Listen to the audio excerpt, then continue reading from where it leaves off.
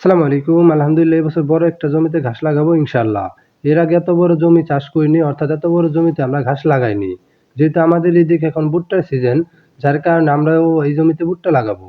আর যদি ঘাস লাগাতে চাই, অর্থাৎ ঘাসের কাটিং লাগাতে চাই, সেক্ষেত্রে এত কাটিং সংগ্রহ করা এবং তা বোনা আমাদের পক্ষে সম্ভব নয়। কারণ এবছর অতিরিক্ত বৃষ্টির কারণে আমাদের প্রায় সব ঘাসগুলো মরে গিয়েছে। যার কারণে কাটিং এরও এখন সংকট রয়েছে। আর যেহেতু এই জমিটা অনেক বড়, সেক্ষেত্রে অনেক কাটিং এর প্রয়োজন, অর্থাৎ 50 থেকে 60,000 কাটিং এর প্রয়োজন, যা আমাদের পক্ষে এই মুহূর্তে জোগাড় করা সম্ভব নয়। তো আমরা যেহেতু এই জমিতে ভুট্টা চাষ করব এবং একদিনে বুনে শেষ করব, তার জন্য আগের দিন জমির চাষ থেকে শুরু করে সার দেওয়া এবং সমস্ত কাজ করে রেখে গিয়েছিলাম, যাতে করে একদিনে ভুট্টা বুনে শেষ করতে পারি। ভিডিওর মাঝে আপনাদের গুরুত্বপূর্ণ একটা কথা বলে নেই। আপনারা যারা আমাদের কাছ থেকে ঘি নেন, কাজের ব্যস্ততার কারণে আপাতত এখন ঘি আমরা ডেলিভারি দিতে পারছি না। আপনারা এখন অর্ডার দিয়ে রাখতে পারেন।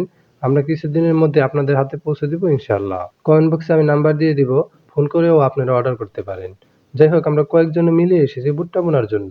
আমি লাঙল টেনে ফাওর কেটে দিচ্ছিলাম, আমার এক ভাই সুন্দর করে ভুট্টাগুলো লাগিয়ে নিচ্ছিলেন, আর আলাল ভাই মাটি দিয়ে সেগুলো ঢেকে দিচ্ছিলেন। আর আপনারা যারা আমাদের ভিডিও দেখেন, তারা তো আলাল ভাইকে চিনেনি। তো আমাদের যেহেতু একসাথে খামার এবং জমির কাজও করতে হয়, সেক্ষেত্রে খামারের কাজ শেষ করে জমিতে যেতে আমাদের দেরি হয়ে যায়। আর এখন যেহেতু শীতকাল, তুলনামূলক দিন অনেক ছোট, যার কারণে অর্ধেক জমি ভুট্টা লাগানোর আগেই দুপুর হয়ে যায়।